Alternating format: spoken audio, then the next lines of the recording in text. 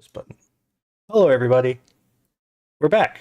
We didn't do a stream for like a month. uh, I'm not sure if you can hear Constantine. I need to fix that in a sec. I think you can, actually. Okay. Yeah, can you hear me? Yeah. If not, Yeah, they can hear you. It's good. all right. Oh, boy. I'm...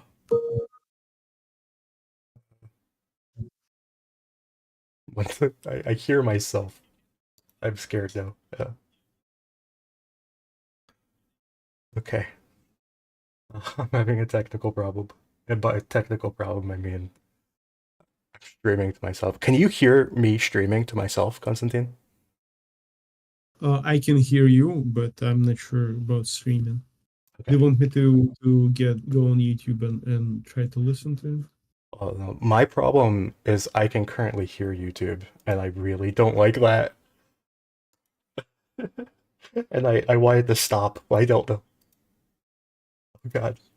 I'm living in this weird parallel reality where I could hear me in the past and me in the present at the same time.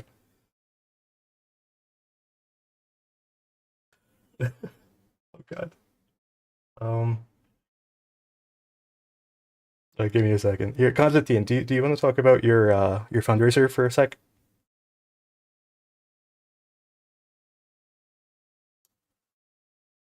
While I figure out why I'm hearing myself in so many different ways simultaneously. I don't know. Can you hear me? Yeah, everybody can hear you. Yeah, you're good.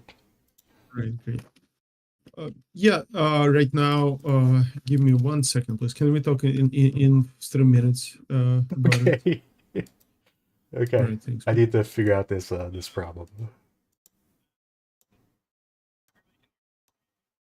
It's been that long that you don't remember how to fix stuff anymore. Oh, I found it. My problem was I have so many windows open on my computer that I couldn't figure out what window it was in. That was my problem. Like I've been there was like a window, like a YouTube like tab in one of my like 5,000 windows, and I was desperately searching for the tab. Okay, we're good. We're all better. I can think now. I don't hear myself echoing through time in 3 different dimensions now. Okay, so Gick, how are you? I'm really tired. You stayed up. I just want to put it this way. You stayed up past when I wanted to go to sleep. Except you live like 7 time zones in front of me. Yeah, and I needed to get up to work. So and then I went to bed and my cats kept me up because they felt like it's already morning and it's time to snuggle. Yeah. Yeah, that was really bad. Yeah, I feel that. I have pulled a lot of all-nighters recently. Like a lot. Probably more than I haven't, to be honest. But I know it's not fun. It's not fun. You break through it at some point though. Like if you just keep working, you like come out on the other side. Yeah, but you kind of delay it. Yeah. You will still end up tired, and that's more or less what we've been doing for the last month. We kept delaying it until I don't know. Every weekend I think like, okay, Saturday, Sunday is going to be slow news day. It's going to be fine. And then you end up, I don't know, you have other obligations. Like, I don't know, social life exists, I heard. My problem is that when we do get a slow news day, I lose all motivation. So like this Sunday was like a really slow news day. And I should have used that to get ahead. But instead I used it to do nothing. And then I ended up even further behind than if it were a normal day. But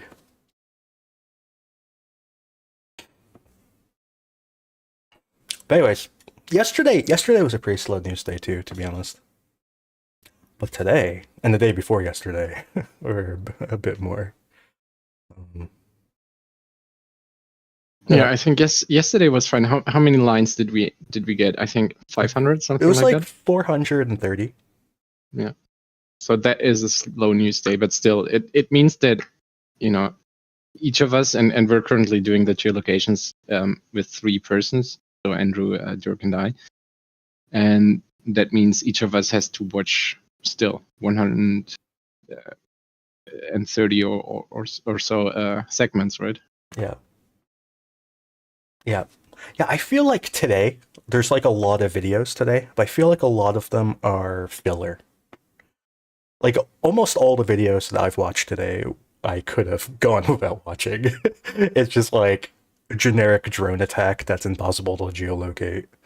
You know, a trench with nobody in it got hit by an artillery shell.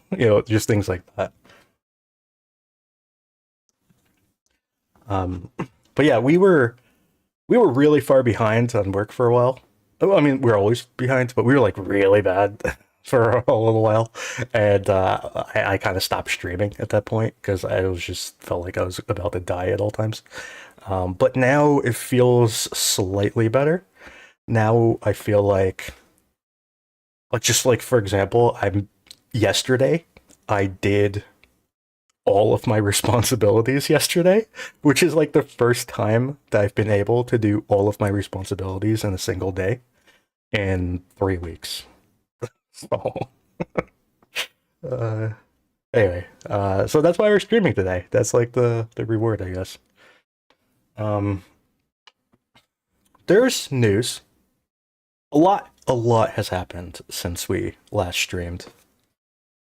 None of it was very surprising. We kind of talked about everything that was going to happen before it happened, and then it happened. So, I think the last time we were here, it was Russia had just broken through the Ukrainian line north of Avdiivka. I think that was our last stream, roughly. And they kind of moved up and captured a few towns. You could just kind of like travel through time. I'll turn off the icons just so it's a little bit easier to see. You could actually go back. I think April 16th was the last stream. Oh boy, that was a while ago. It was really that far. Okay. Yeah. So this is pretty much what happened over that period. We talked about this happening like 4 months before it happened. It was not a surprise. Now we're here. The Russian advance north has apparently stalled. They are attacking Novo-Alexandrivka. They're still attacking there. I don't even know if they're still pushing north here. I haven't really heard much about it. But their current focus is taking out this whole kind of middle area. So they want to push Ukraine back to whatever this river is called. I have no idea what the river is called. But anyway, there's a river that kind of connects all these like ponds, and Russia wants to push Ukraine back to that river, which means capturing these 2 like big field areas and the towns surrounding them. They're also trying to capture Novelska, Krasnohorivka, and of course they're trying to get to Konstantinivka. All of this was pretty easy to predict, and it's a combination of lots of different factors. One of which is not building defensive lines. Another one of which is not having enough infantry. So those are the 2 big problems. And then, of course, there's the lack of ammo, which just makes the other 2 problems even worse. So, although to be honest, I don't think even if they had enough ammo, they would have been able to stop Russia from doing what they're doing, because they lack the infantry to man the trenches, basically. And they don't even have trenches in some places. So even if they had the infantry to man them, there's nothing to man.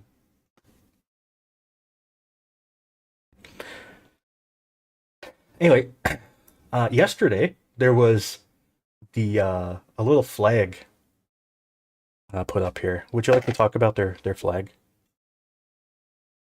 No, sure. You can also show the bubble, I guess, or the image. Turn that back on. Okay. So yeah, yesterday we've seen the Russians enter Umansk. What was interesting to me was that it wasn't through the southern route. The southern route has less Ukrainian fortifications, and also it's the angle which they were pushing before. So we saw them push west from Tonenka. We saw them lose massive amounts of equipment on that path. But instead, what the footage implies is that infantry actually came from the northern route. They snuck basically close to the river and entered Umansk from there and then hung the flag. I think what is noteworthy is that we literally only see a couple of dudes in the grass going into Umansk. There is a trench system just to the northeast of basically that yellow circle. That trench system was suppressed with FPV drones and shelling. So I'm not entirely sure basically how sophisticated their assault on Umansk was. And neither am I sure if they're actually there to hold positions. Given just the footage we saw so far and the relatively low amount of infantry and basically lacking positions inside Umansk, it's not entirely clear to me if they actually, took positions in that town, or if they just, went in there with the recon squad and hung their flag and then got out of there again. Remember that video in Berdichi where a guy that was apparently holding a flag was walking through town, and then he found some Ukrainian infantry? Yeah, very well. Maybe this was that, except this was more successful. Yeah, kind of. I'm not ruling it out, at least that they are currently not in the town. There's nothing really indicating that they are. I'm not entirely sure about the south of Umansk with regards to the Ukrainian positions there. I assume that there are a few more decent looking ones. I mean, we do see some trenches on satellite images, which look quite okay, to be honest. However, I'm not sure if they're prepared to defend from the north, or if their initial purpose was actually to, defend towards the southern route in case the Russians would enter Pervomaisk and then assault from the south. Yeah, this is the trench they were suppressing before. A little trenchy. Wow, I'm having so much trouble cooking it. Okay, so yeah, you can see the general shape of the trench there. Yeah, we've seen. Well, we didn't really see it. We just knew it. We knew that Russia had been moving up this road, and that they had crossed this whatever this is, or river, stream. I don't know what it is. They crossed that and moved up this road, and that they were kind of building up forces and kind of like this tree line and along like whatever areas they could around here. So it makes sense that they would try to kind of move through this axis of attack. They notably were not attacking this kind of northern area. They're kind of moving along this water basically.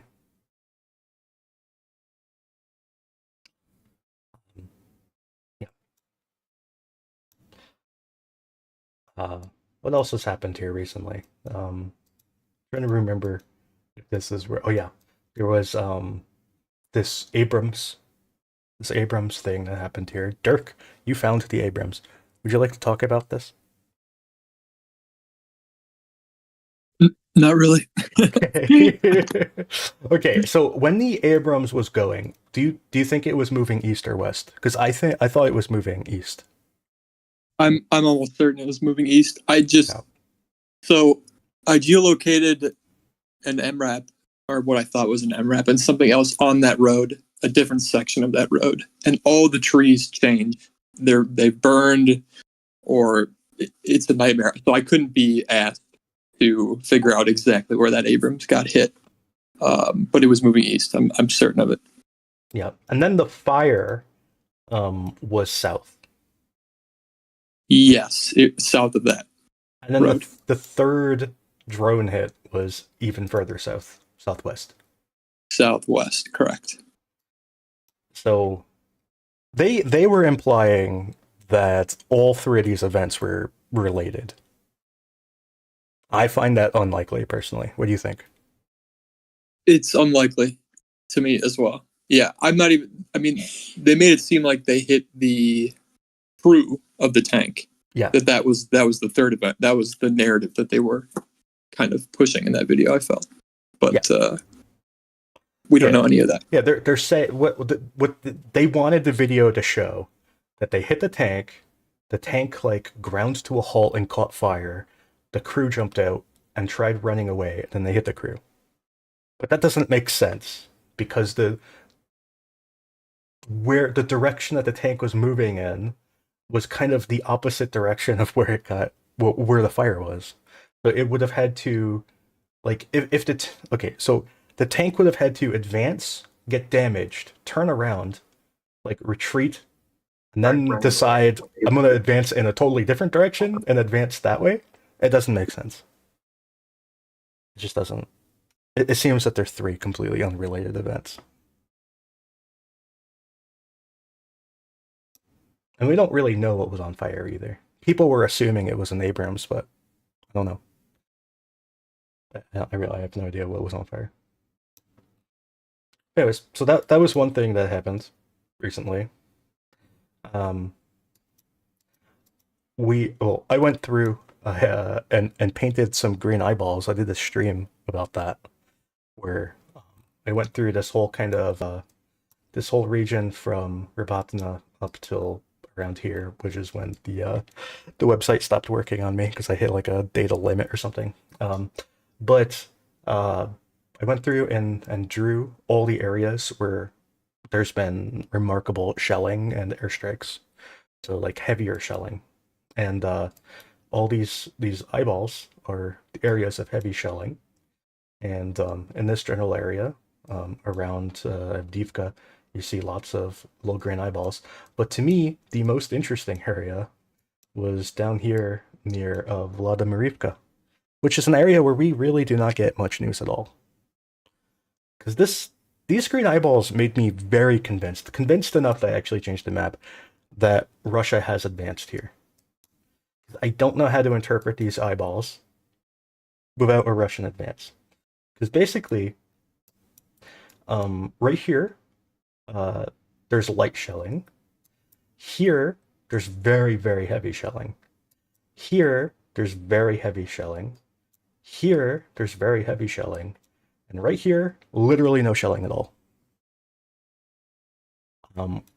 We thought that this was the Ukrainian front line. I find that very unlikely now. I think Russia has captured that, and the Ukrainian line is now further back, which is how I depict it on the map now. Well, right where you painted that red box there, right there is where a bunch of Russian equipment was destroyed. Yeah. So I don't know. Maybe. I mean, we've seen it today. There are some MTLBs and BMPs which are literally clown cars by now. You know, like 20 or 30 people mounted on one MTLB. You don't understand how that fits, but it does. I don't know. You know, wherever it breaks, they're just gonna dig in, I guess. Yeah. So they just gotta drive as far as they can, and they say, "Well, this is where we live now," and they dig a hole. The Russian strategy. So yeah, I'm pretty convinced this area is captured. It's either that or Russia just doesn't like shooting there. Maybe they like drew up a truce or something with that tree line. But yeah, I don't know. Those are kind of the things I wanted to talk about off the start. There's one big story today. I don't know if you want to get to that yet, or if you want to talk about something else first.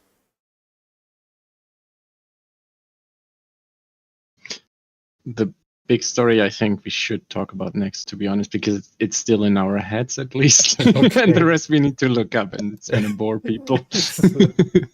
Yeah. So, yeah, there was an attack on Kharkiv in multiple Well, it areas. was attacked north of Kharkiv. Yeah, well, I mean Kharkiv Oblast. Yeah. Yep. Russians tried to open up a new axis of attack. What do you think of that, Constantine? Well, as Kharkiv native, I can say that it's quite concerned for me, and I don't like it. But I honestly, they did not get any meaningful gains, I would say. This area, for example, on the yellow, I don't know what yellow means on your map. It means contested. Yeah, so they moved in there. I know that they moved in Strelecha. I know that they reached Krasna. I've seen a video of their infantry nearby. But once again, it's not clear. First of all, it's not clear if they can hold these positions, and it's not clear if if they can develop anything out of it. But what it is clear is that we did not really have these positions defended, and it was according to the plan, because building heavy fortifications in there right on the border is almost impossible, because you will get drones, you will get FPVs, you will get artillery, you will get ATGMs in your face. So building something as close as 3 kilometers is quite complex, especially getting things like concrete there. So you don't really want your troops to stay there. And I would say that they saw Russians coming. They probably understood that they have bigger force than our frontline positions. We deal the damage with the drones, not without problems. We had some artillery working there, but I don't think it was too critical. And we just decided, okay, let's not abandon. Let's not try to stand on the positions that are not properly fortified. Let's move a bit back to the positions that are much better fortified and have are more how you would say this, more better defended. And I have big doubts that Russians can develop further from here without suffering catastrophic losses here. Also, I know that we have reinforcements there. We have fresh forces over there that have not engaged yet the enemy. So I think this is going according to the plan. Not perfectly. We made mistakes once again. I know that Russians have got some of the things for free, and their infantry just marched in large groups, and those groups were not attacked while they should have been attacked, at least by drones and artillery. Maybe not artillery because we have lack of that. I still don't see confirmation that United States artillery shells are arriving on the front. But we could have done something with the drones, with FPVs and drops. In those two particular groups, it did not happen. It saddened me a bit, but once again, I don't see any strategic gains that Russia can have here. I did not see our main line of defense and the second line of defense are further to the south from here, and I think that nothing major have happened. But of course, it's unpleasant for me. Well, it's unpleasant for everyone, I would say. But me having a special connection, I would say, born and raised in Kharkiv and having my family over there, this does tickle my nerves pretty badly. I think one thing that's really interesting is that Ukraine knew. I mean, they've been talking about that for a while. We also know that the Russians have raided some of those places before. But what was interesting to me was actually that 40-second just released the video of how they destroyed some of the Russian vehicles, which were not yet in Ukraine, but going to. So 40-second was fighting in Bakhmut before. So they were relocated in advance to fight off this threat, which I think is interesting, and it shows that Ukraine most likely really was prepared for. So I was just looking for it. I can't find it. I think he said it in a video he released today, but I can't say his last name. Constantine. Who's the governor of Kharkiv? Because I can't say his last name. It's like it's beyond my ability. Can you Google? Okay. Yeah, I still can't. Yeah. Anyway, I'm just gonna call him Oleg.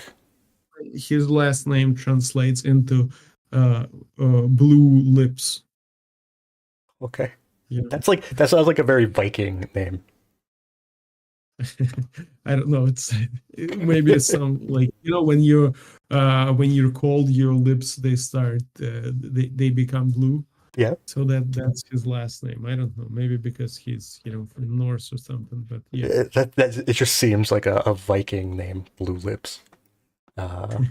Bluetooth is the famous name, right? But anyways, he said today, and I can't find the quote because I think it's actually from the video. That he went on television because he goes on television a lot. Like I think of like all the governors, like he goes on TV the most probably. But anyway, he said that the areas that Russia moved through today, that most of the areas, if not all of them, were areas that Russia already had a military presence. And I found that comment to be interesting. Because he's implying that Russia didn't actually advance. They just kind of increased the number of people they already had in those areas. Do you agree with him? Because I think it's more like how we like managing the bad optics of this. Well, much more than being this being true. I have another thing that I think is very comparable. I think it's very comparable actually. So not very long ago, in fact, I kind of want to remember when this was. So this was in November 11th. So a few months ago, Ukraine entered this town for the first time. Topoli, or however it's pronounced. They entered this town for the first time. And it had been a gray area ever since the Kharkiv offensive. They also entered this town of Stroivka for the first time around that same week. And they also said when they entered those two towns for the first time, they said that like most of the towns along this border were all in a gray area, and that Ukrainian forces had not entered them yet. So when I take that as a backdrop, that these towns like it wasn't until November, which is what, like a year and 2 months after the offensive, it wasn't until November that they went in and raised a flag in this town. So is it possible that these towns are similarly abandoned? I think so, yeah. Maybe okay, so the Strelcha, this Ukraine definitely had forces there because they wrote about it pretty frequently. But the way they wrote about it is very interesting because there's a hospital in this town. I don't actually know where the hospital is, but I think it's like in the north of the town. No, it's in the south. It's a mental hospital. Yeah, it's a psychiatric hospital. Yeah. Ukraine had been using that hospital for a very long time. And there are pretty regular reports of that hospital getting hit by tank shells and ATGMs. But all of the reports that I ever saw, they were all written in a way, like they're phrased to make you think that the Ukrainian forces were passing through. That they never really phrased it as a permanent Ukrainian presence. It was more like, we went to the hospital and they shot an ATGM at us. It's kind of that sort of thing. So it always made me kind of suspicious that that town wasn't actually in Ukrainian control. These other these smaller towns around, um, I've been pretty suspicious about. It's I get very suspicious when the police do not report shelling. When they do report shelling, I feel confident that that town is under Ukrainian control, and when they don't, it's suspicious to me. So the towns where they report shelling, are like this one. Here's your cat. Anyway, yeah, there's the this town has shelling, um, like Lipsy and everything south, like So Streletsha, like it's right on the border. Yeah. It's literally right on the border. There is no way that you can station forces there. there are It's- other towns on the border though that Ukraine absolutely controls, like this one, Veterinar Arna. There are no people there. There are no people there. It's There may not I be think there it's- not be people there, but Ukraine is there. Ukraine has permanent forces there. They absolutely do. I've seen enough video. I know that they have trenches there. I know they have tanks there. They have forces like permanently stationed there, and I feel very confident saying that that town's under Ukrainian control. Whereas these Well, other that will- towns, I don't think they ever really were under Ukrainian control. I think they're gray areas. Can't argue with that. I think that, like, I would say that entire zone here is can be considered a gray area. Well, yep, a lot of it. Not everywhere though. I think this area in particular, I think, was a gray area. This town Hatitsk, I can't say words. Anyway, this town, I think Ukraine actually did control that town, and now there's rumors that they've abandoned it. I think Ukraine actually did control this town. This one, Latinivka, this was definitely more of a gray area. We saw a lot of like Ukraine moving in and out on like pickup trucks and stuff like that, and we saw a lot of those pickup trucks getting hit by FPV drones, etc. And there were occasionally shelling reports and airstrikes reported. And we saw some of those airstrikes and recorded by Zala drones and whatever. So this, I think, was more of a sketchy area, probably like half Ukrainian controlled and half not. But yeah, this area north of like Lipsy though, I think it was a gray area to begin with.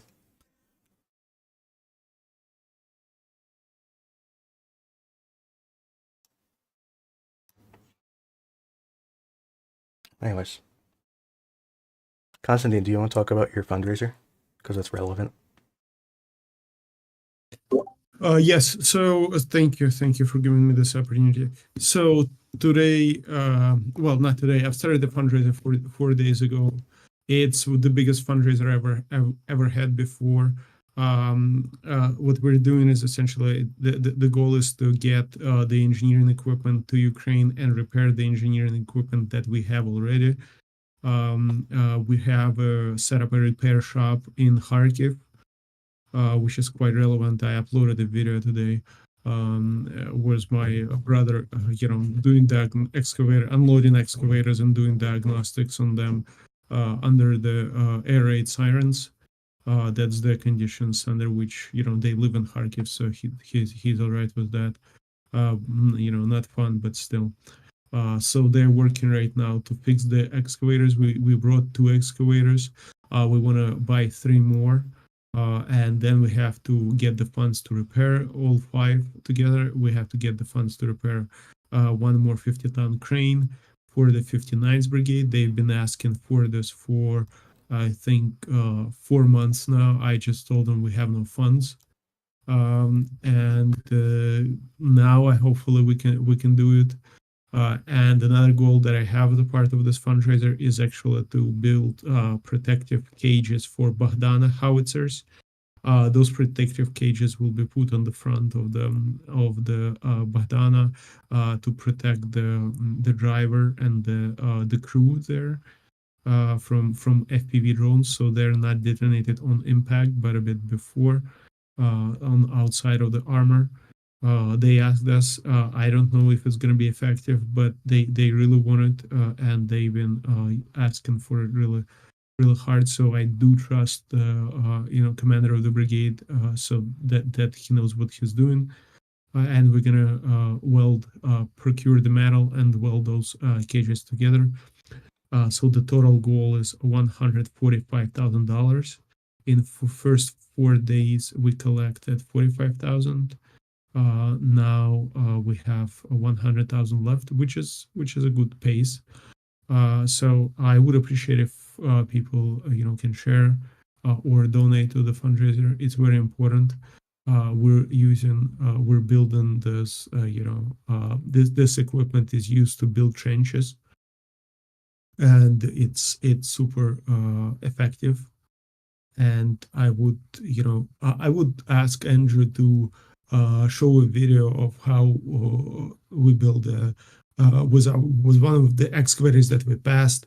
We build a shelter for the crab. I think Andrew has the link. I don't know if you downloaded it, but it has nothing secret about it. But if you have it, you can download it. I can just give you a second. I wasn't prepared for that. I take your time. And I want to say that this equipment is used to build shelters for equipment and personnel, and to build the bunkers, as well as and excavators are really good for this. They can work as a crane, for example, when you move heavy logs, and also you can dig really fast. It like one excavator is equivalent to 40 people working with the shovels, and it doesn't get tired, obviously. And with the lack of forces, lack of people on the front lines, and it's a life-saving equipment. And considering how many FPV drones there are, you understand that there is nothing between our troops and the fortification that they build with it. So the more excavators we get to our infantry and artillery, the more equipment and the more lives we will save. And Andrew will show the work of the one single excavator that it can do, and you can just think how much effort you will have to put yourself with the shovels to build such a deep, enormously deep and well designed hideout for the crab howitzer, and the size of those howitzers. I hope Andrew is pulling it up. I'm playing it right now. Oh.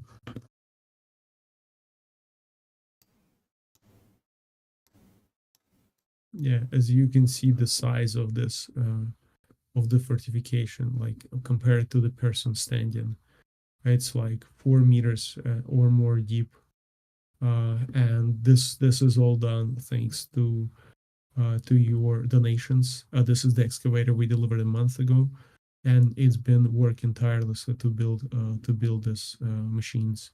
So thank you all who donated and shared, and please share and donate once again to get these machines. This was the little excavator, right? The little, like the baby sized one. This one was $50,000. Okay. This was the medium sized one. Yep, it's 8-ton wheeled excavator. It's on the wheels. Okay. But the ones that we're getting right now, they actually work faster than this one. They're smaller, but they work faster. But they're tracked excavators. They don't have the wheels, so they're a bit less mobile. So you have to get them to the site. But then they are more, I would say, like maneuverable. So when you're working in the tree lines, it's much easier to work on the smaller but more maneuverable excavator. than on the on larger wheeled excavator that is and when we're talking about the wheeled excavator, you must understand that most of that excavator is actually the tractor. When we're talking about tracked excavators, it's like it's pure digging machine that works faster. So they're more effective at digging. They're less effective at going from one site to another Yeah. site. Yeah, they need a lift, you know. They need a truck. Yeah, you need a trailer or a truck to move them, but the brigades do have them, and they're cheaper. Like the wheeled one in a good condition is $50,000+. These ones around $30,000 in good condition, so you can get more of them as well. There's the link to the PayPal fundraiser in the description of the video. And thank you to DuckDuck20, and thank you to Tanya, and thank you to Paul. Thank you very much.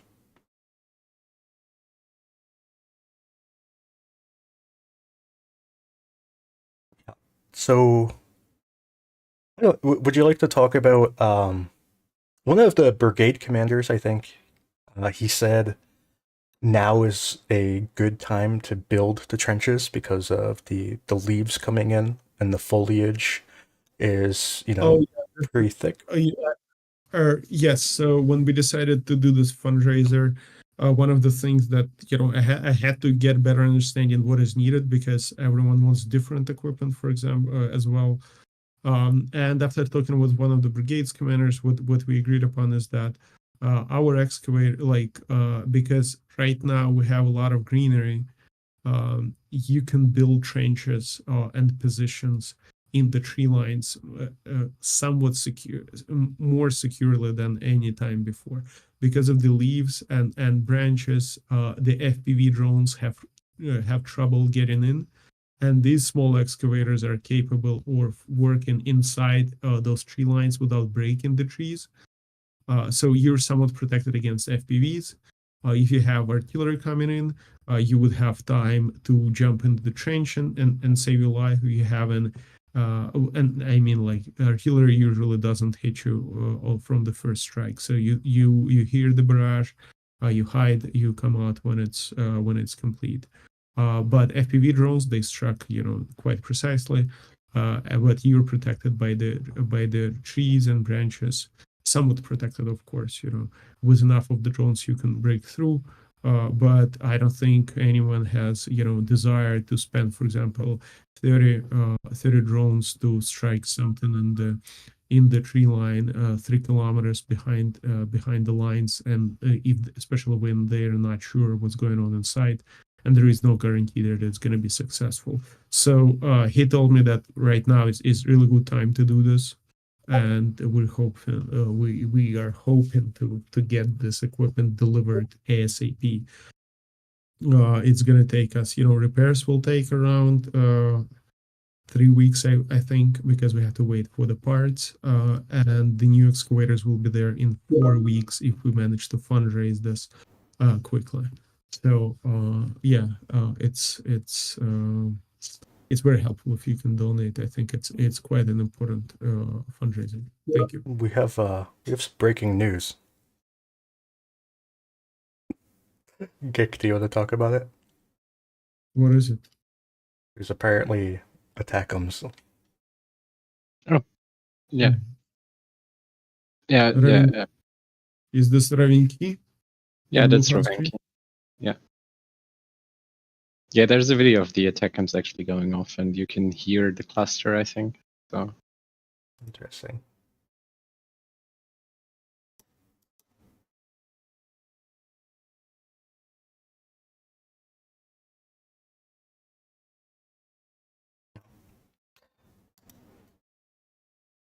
So how far is it?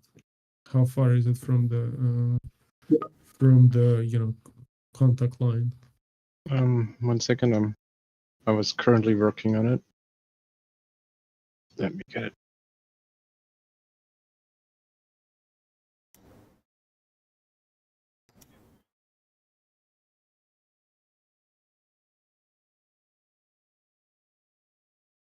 Oh, that's a good bit. Around, like to the closest point of the front line, it's 110 kilometers.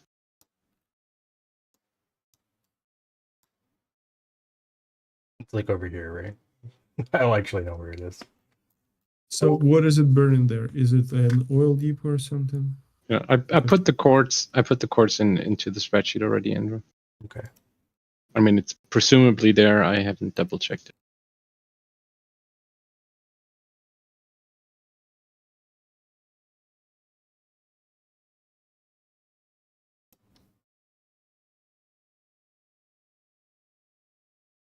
So what is the target there? What is it, an oil? Yeah, it's an oil depot. Gotcha. What do you think about the strikes on oil depots in there? Do you think they're effective? Yeah, I think they are.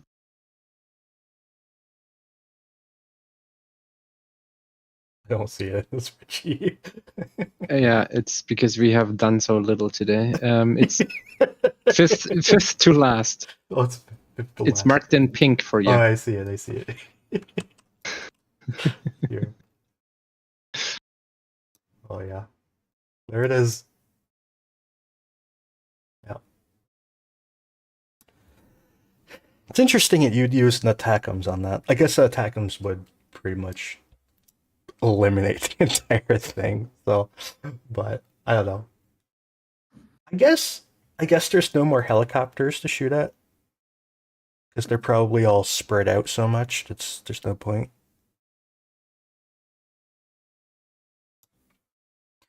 I'd like them to hit the helicopters though, personally. Though it's probably too late for the helicopters. You had to do all the helicopters at once, really.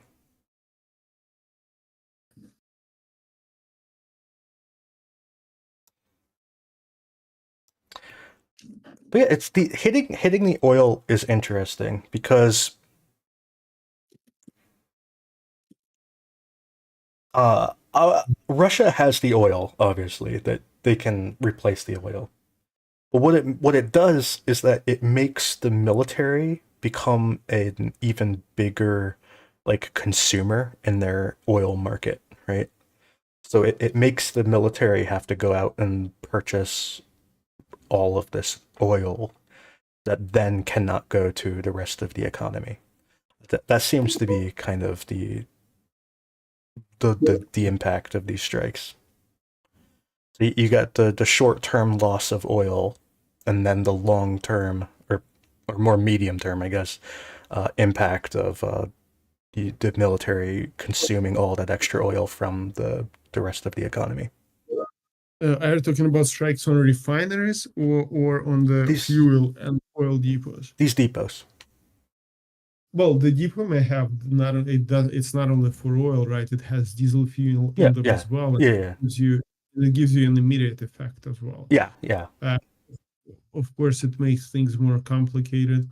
Of course, like military usually solves these issues because they will just, use, like you said, take they have priority on the fuel depots, deeper that are further, but it will affect the Russian economy. It will affect the price, and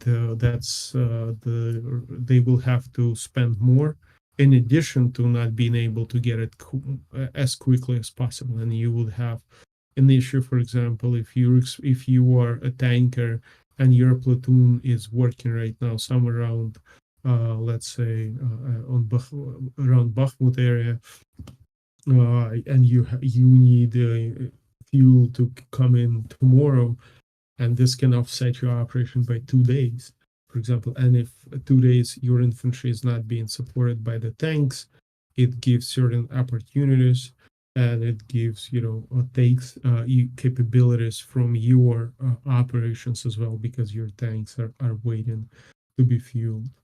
And this what happens if you have longer logistics and they have to be rebuilt. And obviously in this war, like redundancy is the problem for everyone. And with the drones and artillery, they have to hide it pretty deep. So it does affect. It has both immediate and I would say long-lasting effect. What do you think of the airplanes that Ukraine's using, though? Oh, it's a genius. I really like it, but I don't know how effective they are. Have we seen the strike that was effective? And we know that it was done with the exactly was this A-22 or what is it? I don't. I mean, I honestly don't know. But Gick really wants me to show you this. So I'm just sharing it generally because I was laughing at it like I don't know 20 minutes ago, and I wanted to share it with you earlier. But the thing is that if you there's one frame and it clearly shows a truck, and then they make the entire video about simulating that the book was going there, and a book is actually going there. You see this? Yeah. Book is going there. A loader comes about, and it's going to load the book. But the book disappears, and the truck is there, and now it's going to hit the truck. And what the Russians do, of course, is claim they destroyed air defense because I don't know if you. It's an air defense Ural. Yeah, and today for the Russians, it's a lot about psyop. It's a lot about hyping their own little Kharkiv raid. It's a lot about I don't know. They posted the ridiculous Patriot video and claimed the Patriot, which is like so I don't know. If I can tell that is definitely a decoy, I think anyone can. we have one friend of ours who he just putting it diplomatically, he believes a lot of things, right? When things come out, he'll say it's real right away. And then it often turns out to not be true or maybe slightly different, And he does this all the time, and then we get into little arguments. And then he usually comes around, and then it's all fine in the end. But even this time, even he said it was a decoy. He was the guy who believes everything. Even he said it was a decoy. Are you talking about the Patriot? Yeah. Yeah, it was. I mean, I saw it like you need 1 second to understand that it's a decoy. The missile launcher is pointing in the other direction of the radar. It's like they're like working against each other.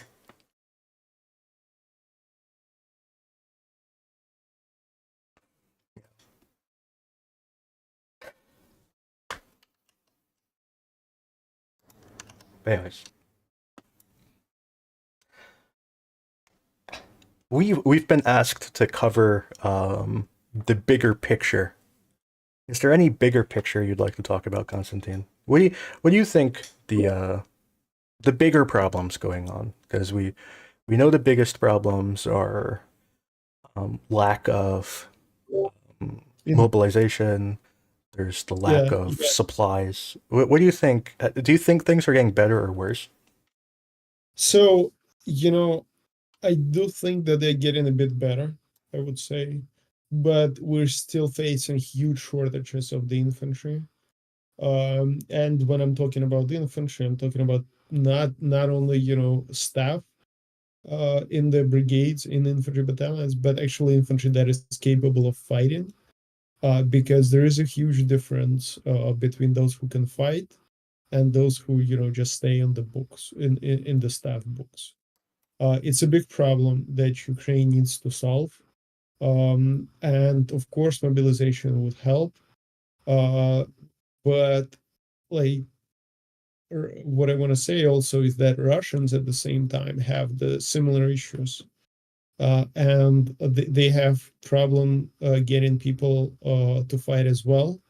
They deal with it a bit differently. They just kill them and they they practice rape in Russian military to make people assault. And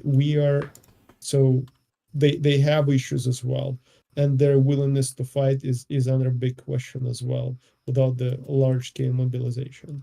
But another thing is that Russians are facing right now is the lack of equipment, like lack of mechanized equipment, such as BMPs specifically, and tanks. They burned so much since the beginning of the war.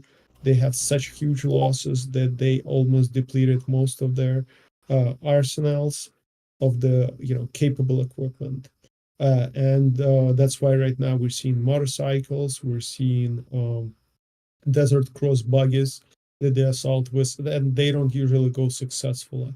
They try to put some armor on them, like nets, metal nets, but obviously it makes only things worse for them. And this is, I think, when things are getting better for Ukraine. But the issues with the infantry has to be solved because our people who has been and almost everyone I know has been in this war for the entire 2 years since the beginning, and man, they're exhausted. They're exhausted. People cannot fight that long. We need to solve this. We need to solve this issue, and just simply mobilizing will not help either, because we have to fix the quality of the people that come in, like their training. The issue is that, for example, our airborne forces, we call them air assault forces, air mobile assault forces. I don't know how to translate it right in English. DSHV, десантно-штурмові війська. They have managed to build proper schools and proper training procedures, I would say. But our ground forces, which we got from Syrsky, he was commander of ground forces there. They have tremendous issues with properly training the infantry and giving the even if you mobilize people, they have problems with motivating people. They have problems with in the training centers. The programs are often get obsolete too fast because, let's say, 1 year ago there was no FPV danger in such huge qualities, in such big danger from FPV drones as right now. People they fail.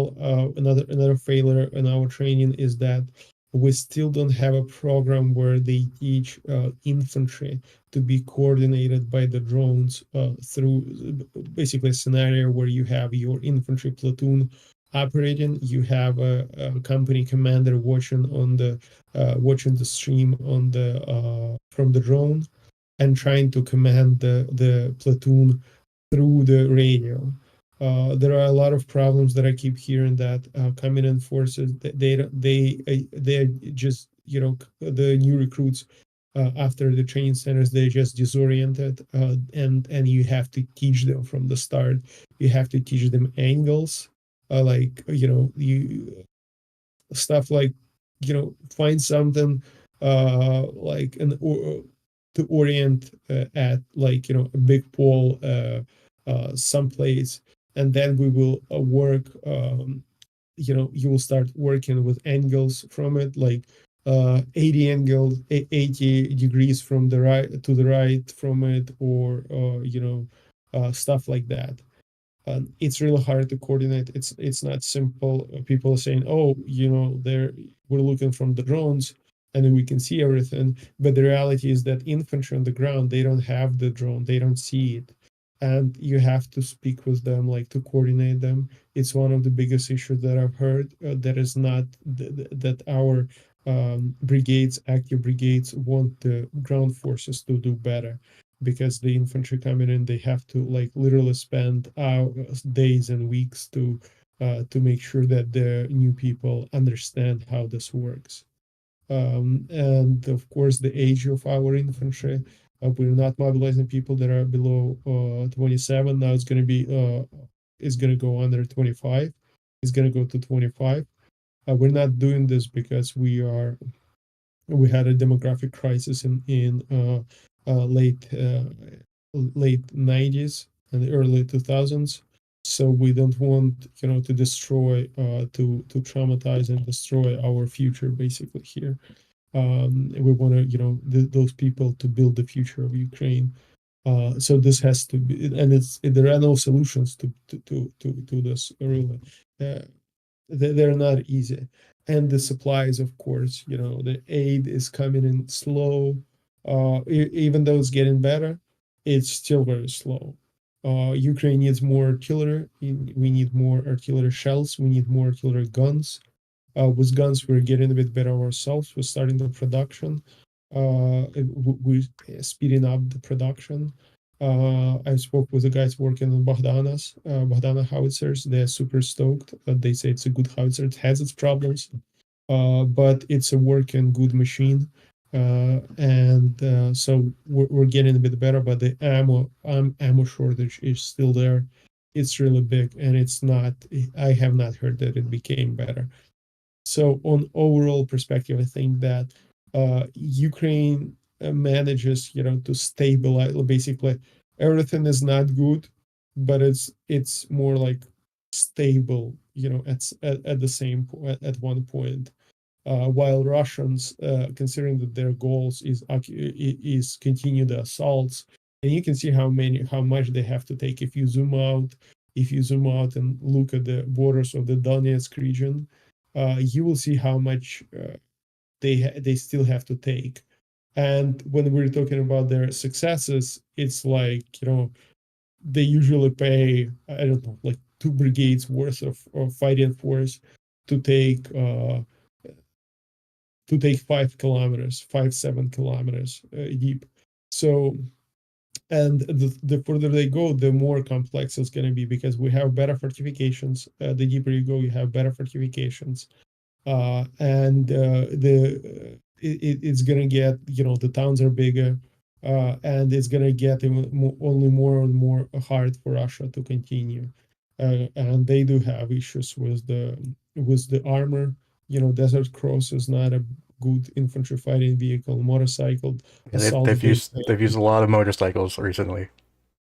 Yeah, I don't see, like, state of the Russian plan to take over entire Donbass is falling apart faster than state of Ukrainian defenses, basically. There are a few developments recently that kind of blow my mind.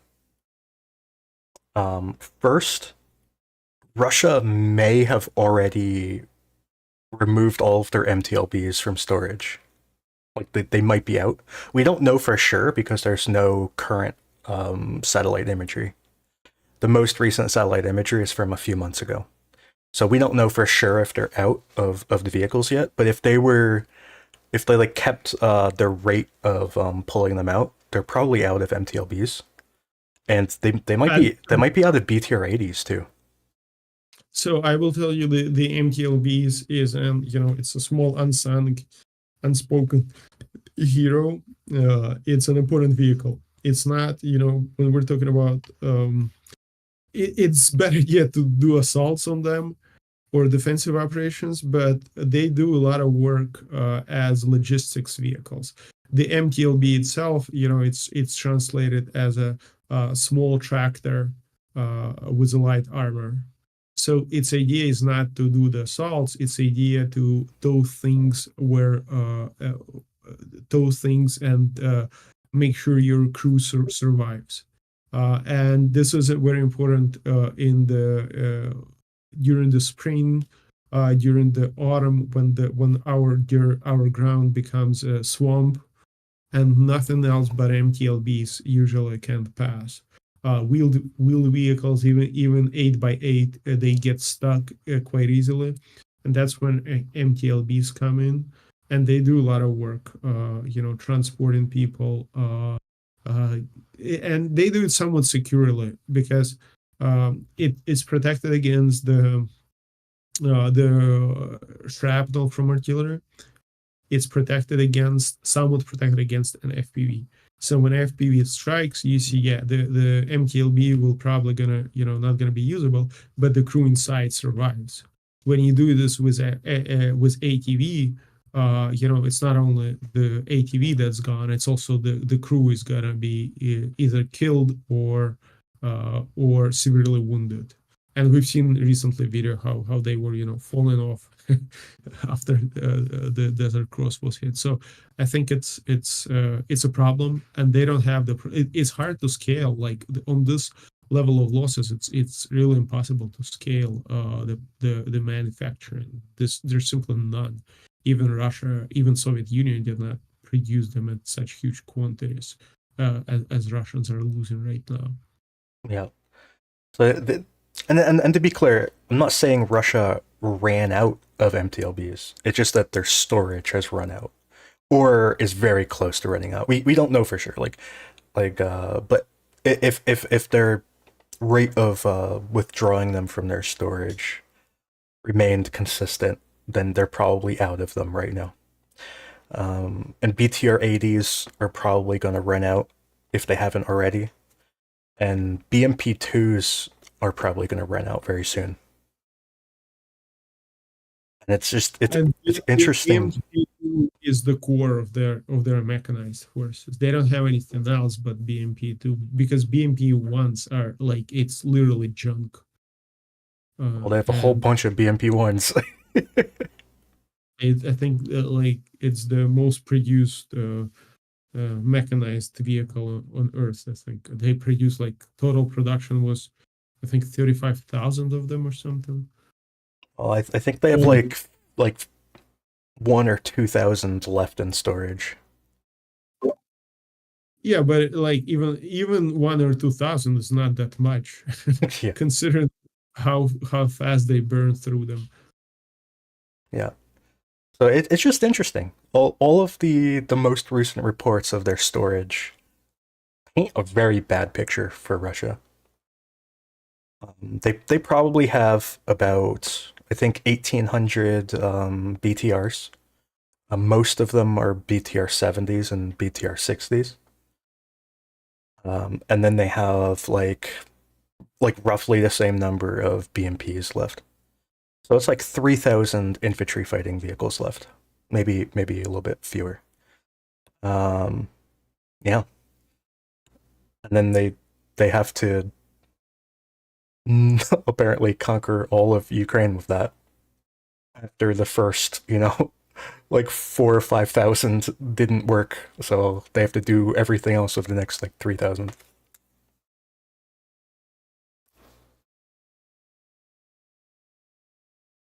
Either that, or they gotta get more golf carts. One or the other.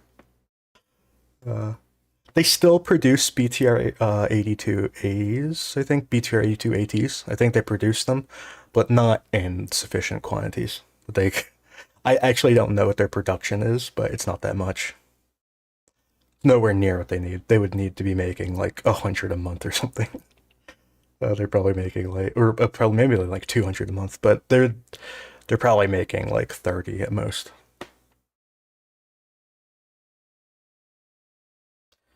They do still produce BMP 3s, but nowhere near enough of them. And 30 is a lot. It's 30 months is big production actually. For vehicles such as these, they're hard to produce and they're expensive. So Russia has right now force shortages, both because of the mobilization and general, demographics decline. So it's not that they can solve it easily. I think they are in them, but I think more of the problem is that, for them anyway, they did everything they could, and they did everything they could to increase their production to what it is now. And it's not obvious that they can produce more than what they're producing now. I think that's more what the problem they're going to run into. And don't forget that they're whatever they produce, BMP-1 is not really a good vehicle. It's core of their equipment, but it's not a good vehicle. they don't have any good vehicle. They don't have good tanks. Like T-70s, T-72s, and T-80s are not a great tank. I mean, it's sort of like it can work and do this job, but it's not a great tank. And the same with the BMP-2s. It has like really thin armor.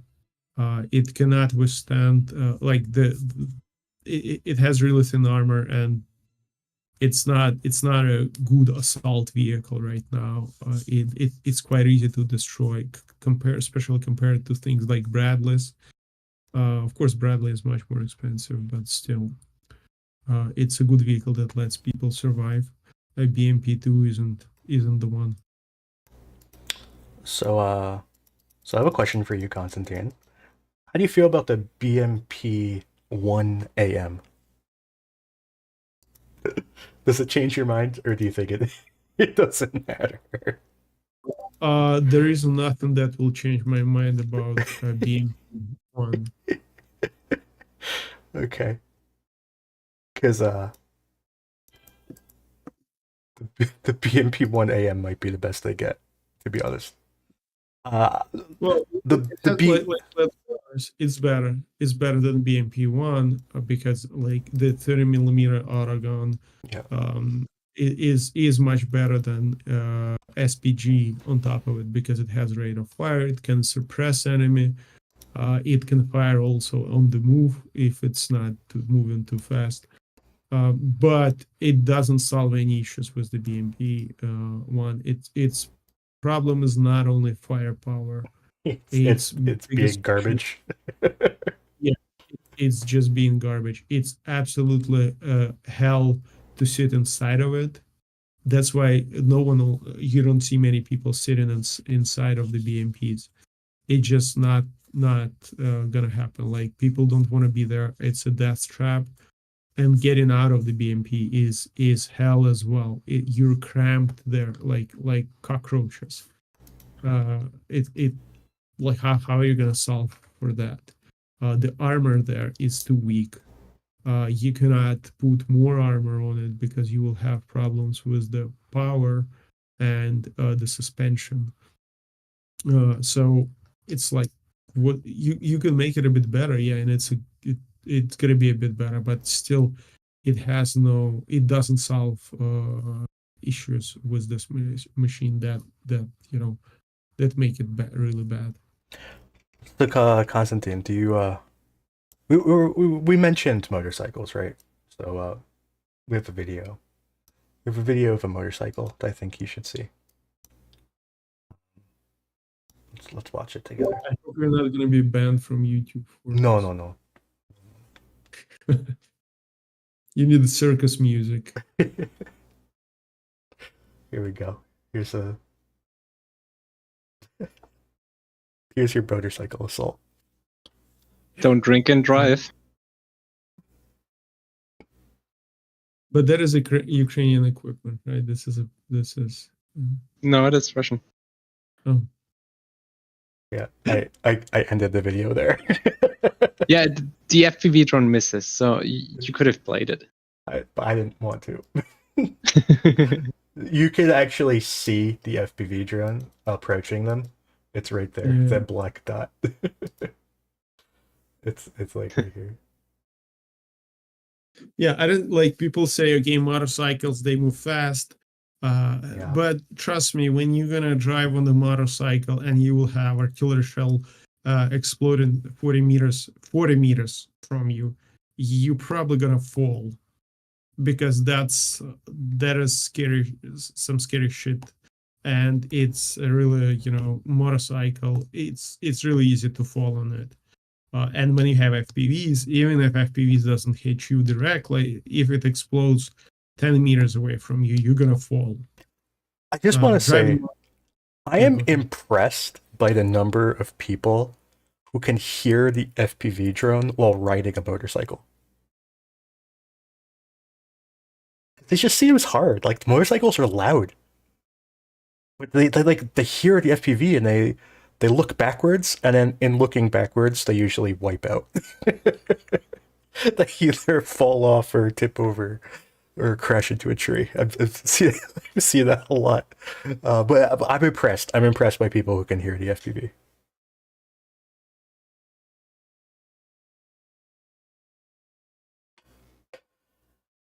And I want to say FPV sound is terrifying. I spoke with my friend and he said when you sit in the trench in the bunker and you hear the buzz of FPV around you and you know it's searching for you, it's fucking terrifying.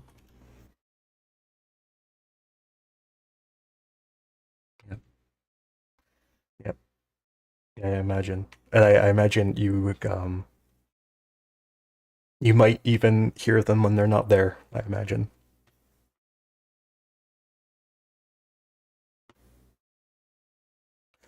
Which is probably something they'll probably live with for the rest of their life, which is sad.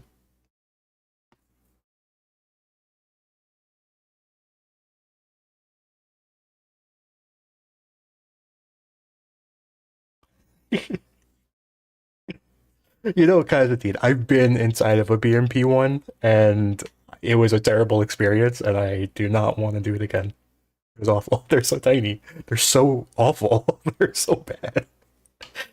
And they're just stupid little vision ports. You're supposed to, like, look out of them. How? I don't see how. It's like, if you're taller than, like, 5'6", you're not gonna fit.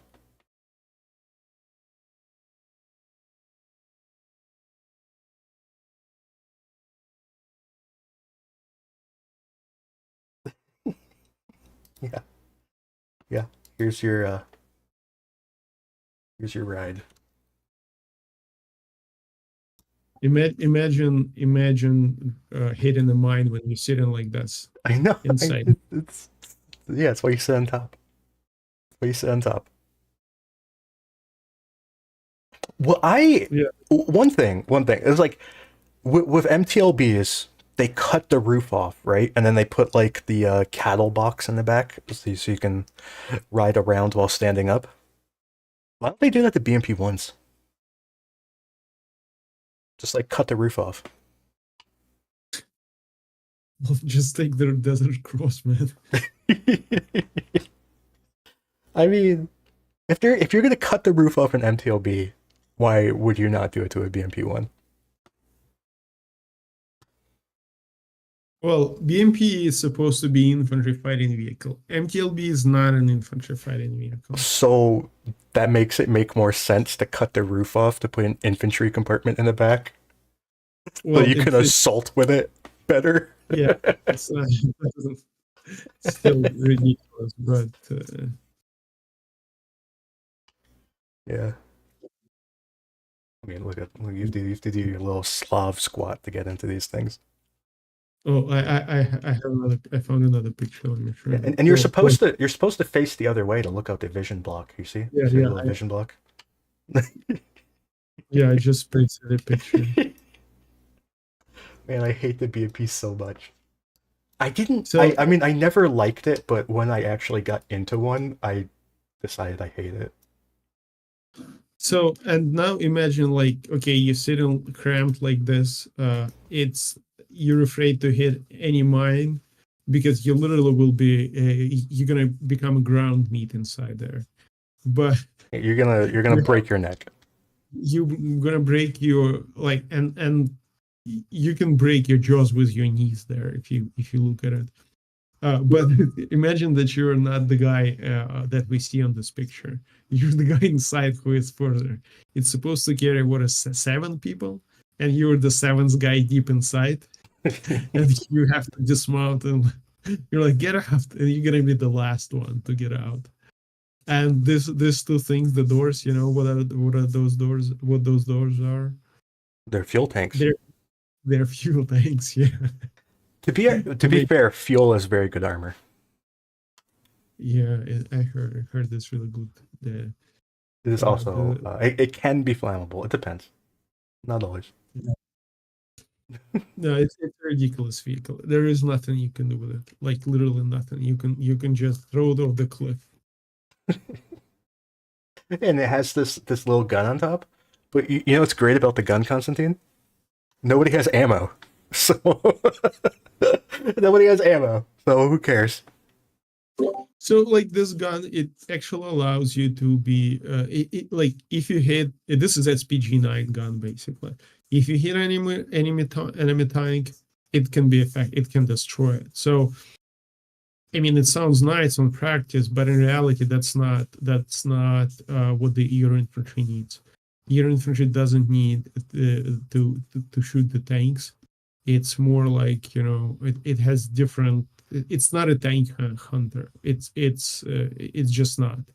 And of course, 30 mil that can suppress is much better, because even when you shoot 30 millimeter at a tank, you will not destroy it, but you can definitely make it blind. You can immobilize it theoretically, and you can destroy its sensors and vision and scopes and sights.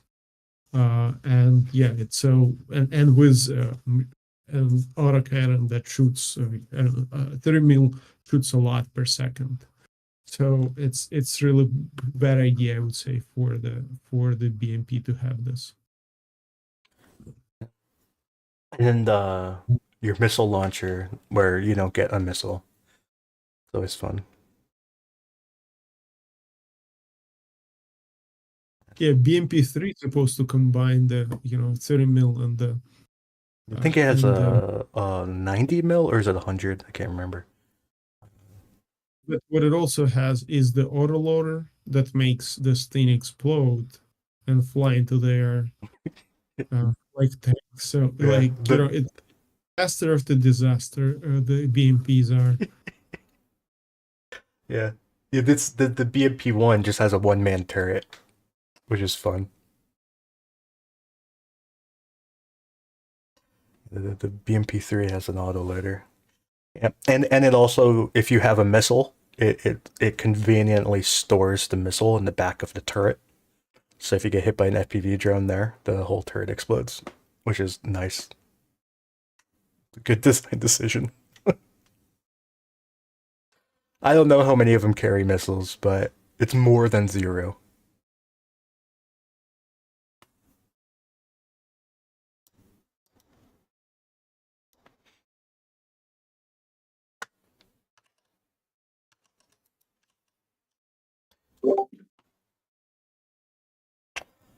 Anyways, is there anything else you'd like to talk about? Well, normally we do the, like we go through the front. Yeah, I mean, do you want to? I mean, there was this supposedly surprise assault on Kislivka, where Russia broke through and captured both of these little towns here, which was bad. This was the second significant attack that's been described as a sneak attack. I don't understand how they can sneak attack, but they've apparently done it twice, because they broke through Krakmalne and went down and captured this whole area to the south, and now they've taken these 2 towns to the north. So apparently, if you're going to sneak attack, you want to sneak attack somewhere right along this part of the front line right here, because it works apparently. Well, also Ocheretine, the Avdiivka assault in Ocheretine was also described as some sort of sneak attack. Well, there were several discussions about potentially some Ukrainian units abandoning positions without talking to other units and so on. I think it's harder to say that's a sneak attack when everyone knew Russia was attacking. Everyone. Yeah, I guess that's kind of true. Whereas here, this was like nothing happened for like a year, and then all of a sudden, Russia captured the town in one day.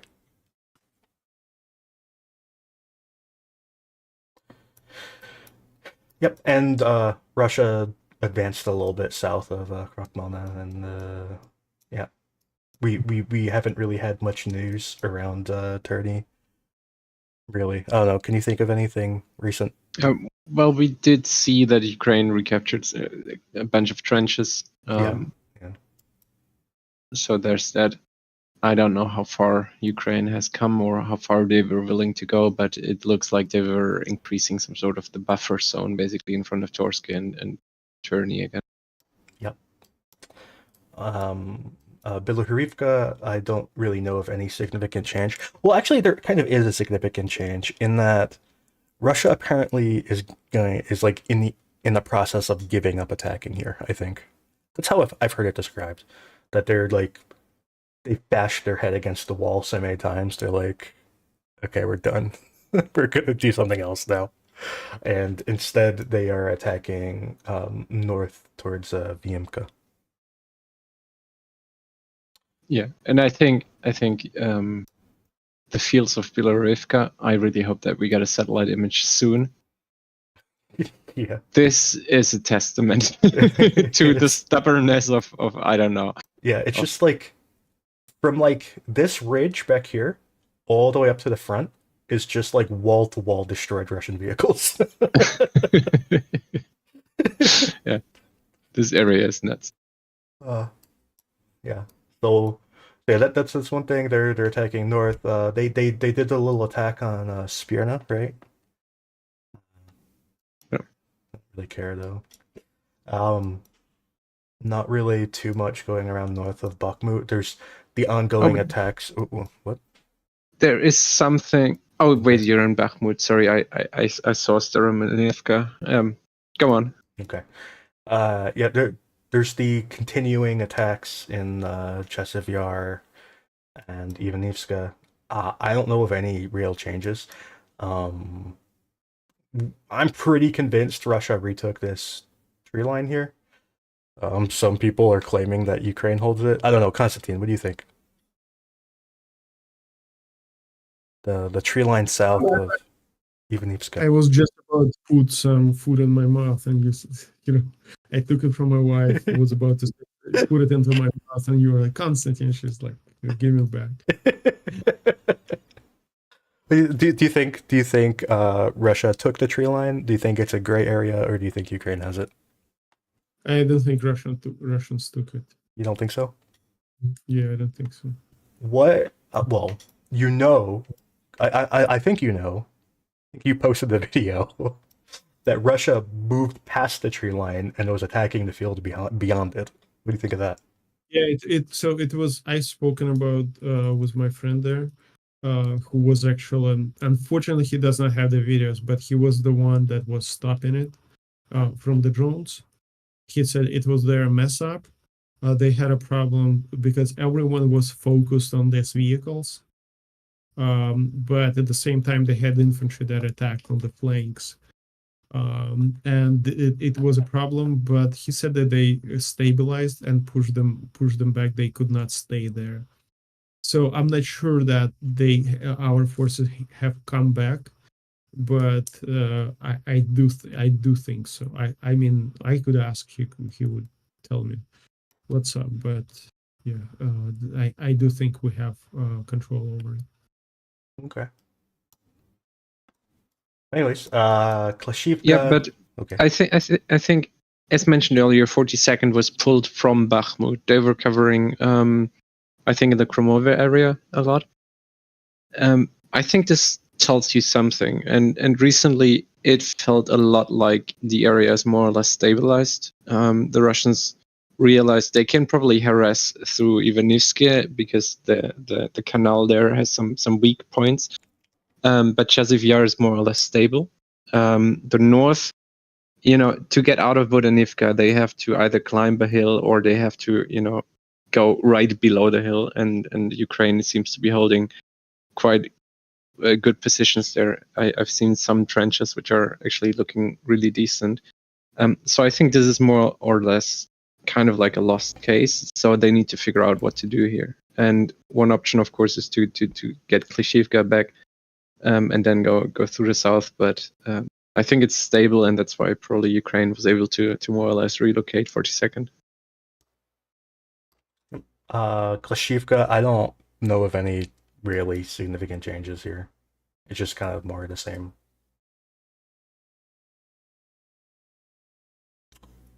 Kurdyumivka, this whole area south, we get like almost no information from here. The most that I've heard is that Druzhba is getting regularly hit by large airstrikes, And when they say Drushba, I'm almost certain they don't mean the town. I'm pretty sure they mean right here. This water factory thing. I don't know what this is, but right there. It's like this industrial thing. Hey, Andrew, I gotta jump. Okay. Thanks for having Can me. you, Constantine? Can you just answer one question real quick? Sure. Do you know where 28th currently is? No. Oh, 28. Yes, actually, I do. Okay. We gotta know or maybe any yes at the same time. Great. Don't just- tell him. Don't tell him Because- where they are. Yeah, I'm not sure it's public, so I'm not gonna. Let Gick suffer. Let him suffer. I'm like they have been posting videos next to water for a week or maybe 2 weeks, and I have not been able to find one of them. And today there's a video which is really easy to geolocate if you know where to look. And I've told myself if it takes all day, I'm gonna find it. And I've spent like 1.5 hours on that stupid video, and I didn't find it.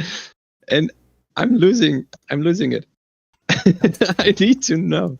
If anyone in the comment section knows where 28th currently is operating, please spoil it. Okay. All right. See you later, Constantine. Thanks. See you. Okay. So, moving on down to New York. Russia is, generally speaking, activating forces here, but they're attacking towards Alexandropol, not New York itself. So they're trying to move, basically, flank it kind of from the west like this. But they have not been able to break through the Ukrainian defenses near Alexandropol. The area north of Buchatin, I don't know of any significant advances recently. They're still trying to get into Alexandrivka, but they haven't broken through yet. And then this kind of middle area we kind of already talked about. They've been slowly advancing. I fully expect Ukraine to withdraw across the river, but they're trying to do it slowly and make Russia pay for it. But I expect them to give up basically all that ground. Novelska is under constant assault. Ukraine basically withdrew from all of this grounds that they retook in the summer, except for, well, they retook this in the summer too, but they're going to withdraw from all of that basically. And then maybe they'll do another summer offensive and take it all back. Who knows? That's what they did last time. Krasnohorivka is basically collapsing. Ukraine's going to leave here soon. It's indefensible. There's nothing left of this town can be defended, so they're going to leave. It's just a matter of where they're going to go. Whether they're going to try to defend these fields or just go back to the water features or what's going to happen.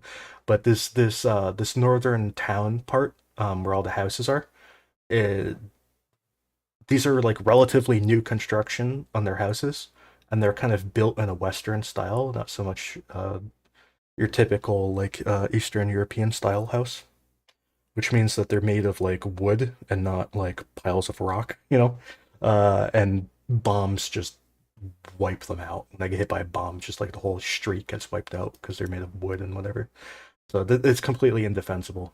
The Ukraine has Ukraine's holding on to some of these high-rise buildings in kind of the middle, but this eastern flank is collapsing. The south has completely collapsed, and the north is indefensible. So once Russia breaks through those high rises, they're just gonna completely withdraw, probably. Hey Rivka, there's really no changes because it's really hard to attack there. Pobieda, there's no real changes because again it's really hard to attack. Pereskovivka and Konstantinivka. I don't know, what do you want to say about this? Because Russia has been attacking a lot, and we've seen some advances. We've seen Ukraine withdraw. They've almost certainly withdrawn from this entire tree line. There's like no fighting there. Same on this tree line, so they're kind of just withdrawing back to Konstantinivka. Pereskovivka, we know Russians have entered the town. We just don't know how far they've gotten or how much they control. Um, the entire town might be a gray area by now. The town is also very, very small. It's just like one street, or I guess two streets. Oh, what do you want to say, Kick? About that area, not really anything other than I guess it's going to be interesting to see what 155th will attack with soon, because I don't think they have anything left to mechanize soon. Soon we're gonna see them driving around PT-76s, and it's gonna be great. They're gonna put wheels on their boats. Well, that's got basically a PT-76. I mean, I think they're the only ones in the Russian military with a PT-76. Everybody else retired them. Anyway, this whole line south of Konstantinivka is actually interesting because the green eyeballs. This kind of paints a picture. These green eyeballs are all where the heaviest shelling is over the past week. So this I think this pretty much shows where Russia is attacking. The most interesting one is this one here, which we've been led to believe that this is an abandoned position, but the amount of shelling there makes me kind of think it's not abandoned. And this one here is also interesting. It was very heavily shelled in the past week, but I think the shelling is more from the beginning of the week than the end of the week, because there was like a lot of shelling and then the shelling kind of slowed down and stopped. So it makes me kind of think that Ukraine withdrew from there, or maybe Ukraine was shelling it. Not sure. Yeah, and we already talked about this kind of more southern part. Yep. All this south near Vuhledar, I don't really have anything to say. And really, I have nothing to say about any of this basic southern area. I know Dirk loves this area. Dirk, do you have anything to say about this area? No, not really. Okay. Okay.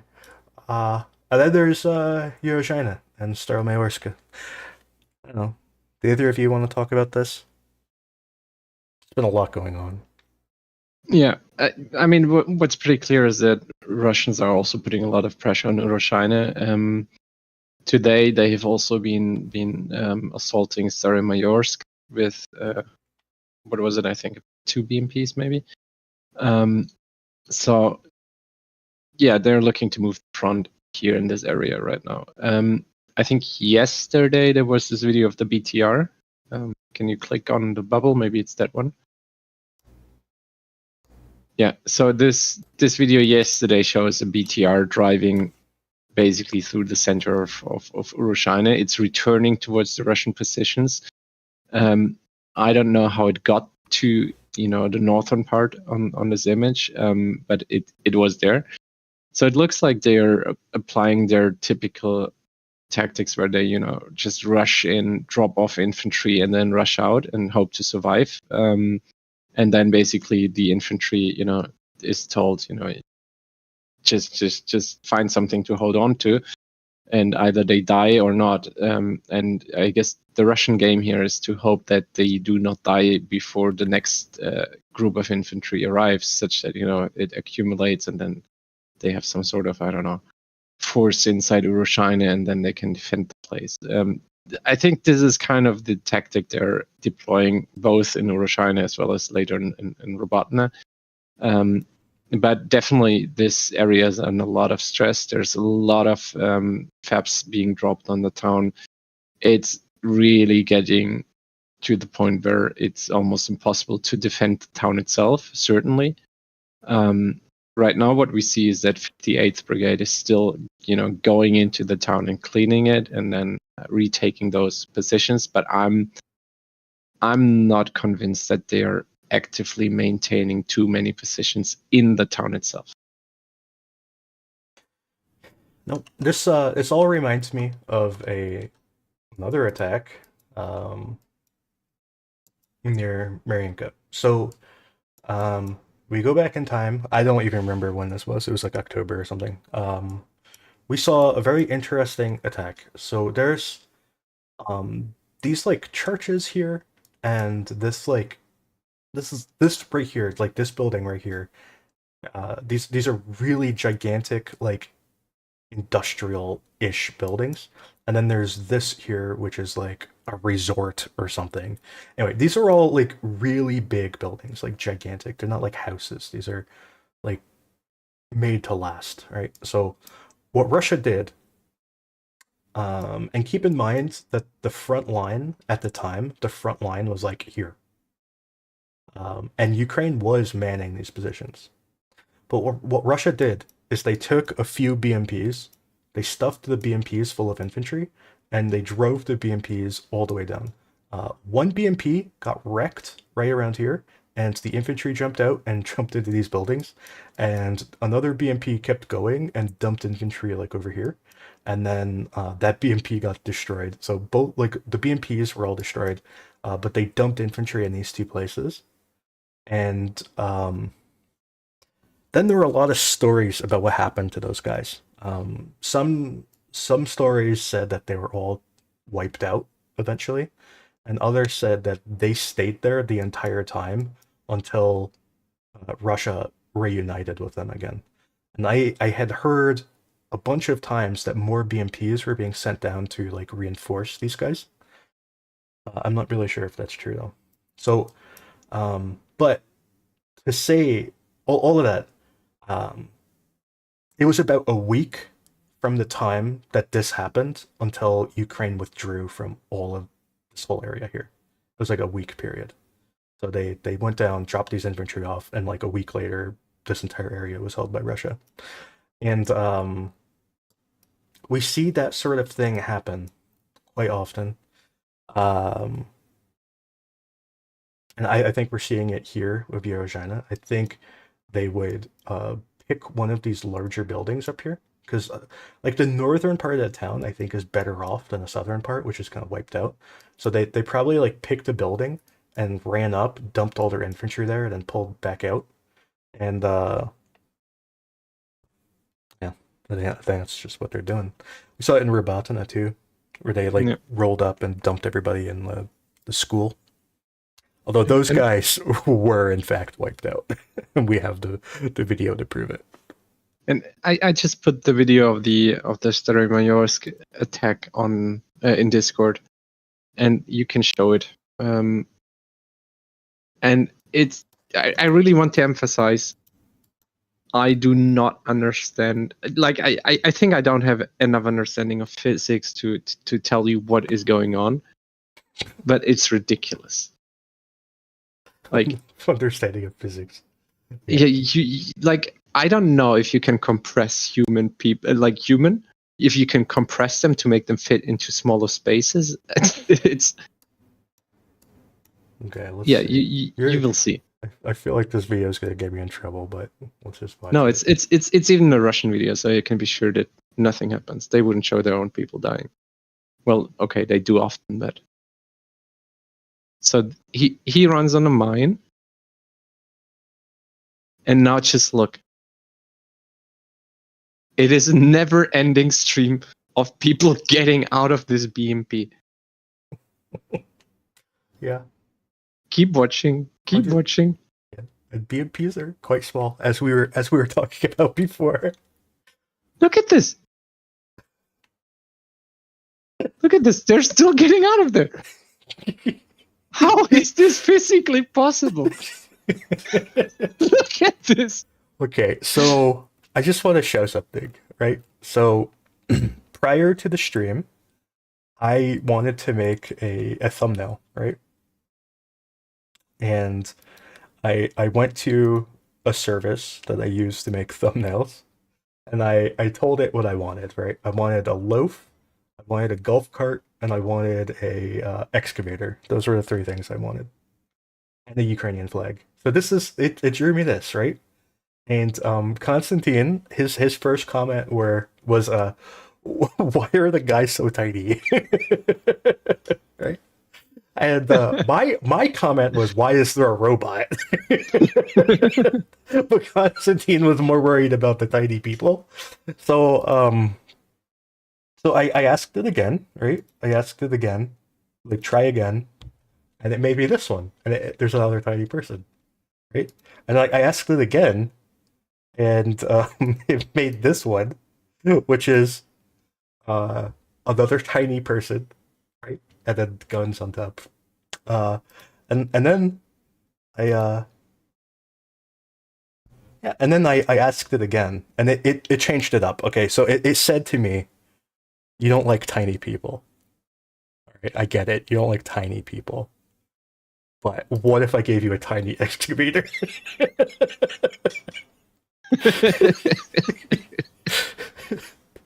So Yeah. And then I asked it one more time, and it was like, okay, fine. We'll go back to tiny people with a robot hand on top.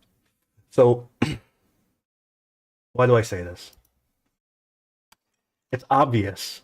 It's obvious. That BMP was full of tiny men. And that's why I they could guess all so. fit. Do you think they decompress once they get out of the BMP? Maybe. Do you think they get bigger when they get off the loaf? I don't know.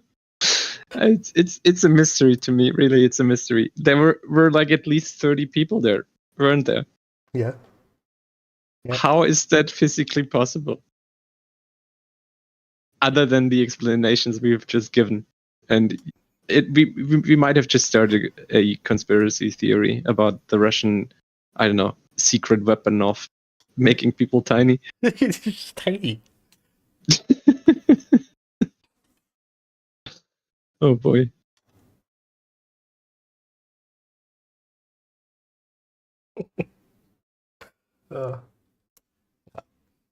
Anyway.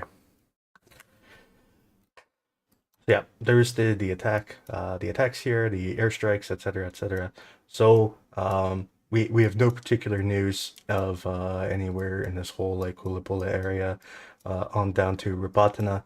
Rabatina is more or less the same as it was. I don't really know of any particular changes, to be honest. And yeah, we don't really have any news of Piatikhatki or Kamyanska or any of this area. Nikopol was hit by absolutely enormous grad barrage yesterday that caused substantial damage to the city and wounded a bunch of civilians and killed a few civilians. So there was that. And Berislav has been getting hit by large airstrikes that have been tormenting the civilians.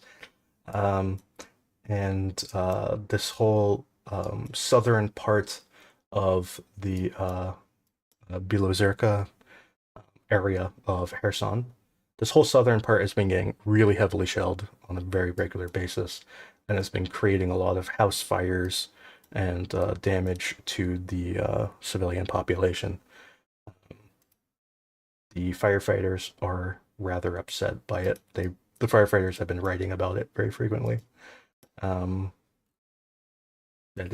Basically all of these towns to the west of Kherson along the water. Some of it's along the river and some of it's along the sea. But this whole area is getting shelled really badly.